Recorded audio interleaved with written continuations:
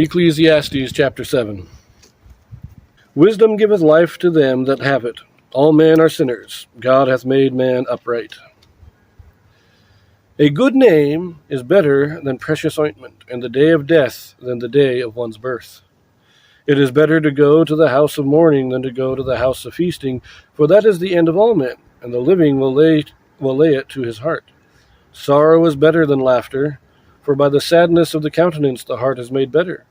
The heart of the wise is in the house of mourning, but the heart of fools is in the house of mirth. It is better to hear the rebuke of the wise than for a man to hear the song of fools. For as the crackling of thorns under a pot, so is the laughter of the fool. This also is vanity. So we're getting a few proverbs here, but I like this. I do, Death. The day of your death is better than the day of your birth, because it is the end. Your birth starts all the travails and sorrows and suffering of this life. The day of your death ends it. So the day of your death is better than the day of your birth. And sorrow is better than laughter. Sadness of the countenance, the heart is made better. This reminds me of the movie Inside Out, where it's saying, we need to understand the sorrow and the misery of this life so that we can console each other, we can help each other. If we are constantly hiding this misery and just laughing and having parties, then we're not facing the true misery of this life, and we can never make it better. Verse 7. Surely oppression maketh a wise man mad, and a gift destroyeth the heart. Better is the end of a thing than the beginning thereof, and the patient in spirit is better than the proud in spirit. Be not hasty in thy spirit to be angry, for anger resteth in the bosom of fools. Say not thou, what is the cause that the former days were better than these? For thou dost not inquire wisely concerning this. Now there's some good advice for the modern day. I like the anger resteth in the bosom of fools. I think there's a lot of social justice warriors that could take that to heart. But I also like that, what is the cause that the former days were better than these? In other words, don't look to the past. Don't think, we need to go back. Those were better times. It doesn't matter, because we're not in those times anymore. We're in today, and we need to make the best of today. Thinking back and trying to relive the good old days is not going to help you now, and is just more vanity.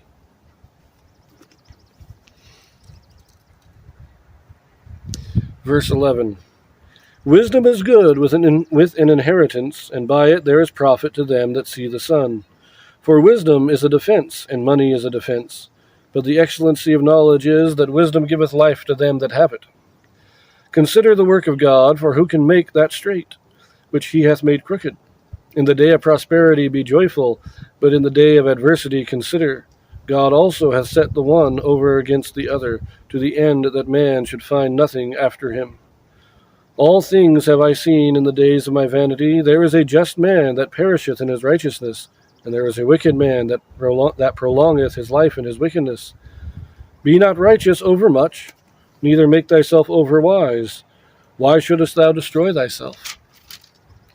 Be not overmuch wicked, neither be thou foolish. Why shouldest thou die before thy time? It is good that thou shouldest take hold of this. Yea, also from this withdraw not thine hand, for he that feareth God shall come forth of them all. Wisdom strengtheneth the wise more than 10 mighty men which are in the city. For there is not a just man upon the earth that doeth good and sinneth not. Also take no heed unto all words that are spoken, lest thou hear thine servant curse thee. For oftentimes also thine own heart knoweth that thou thyself likewise hast cursed others. I like that too. The wicked may live long, prosperous, healthy lives, and the righteous die young. So don't think that by being fanatic in your righteousness that you're going to prolong your life, because you're just going to go off the deep end.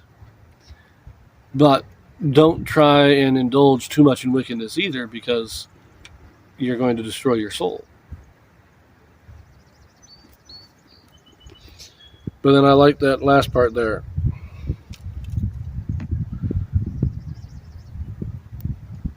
Don't listen to the insults of others.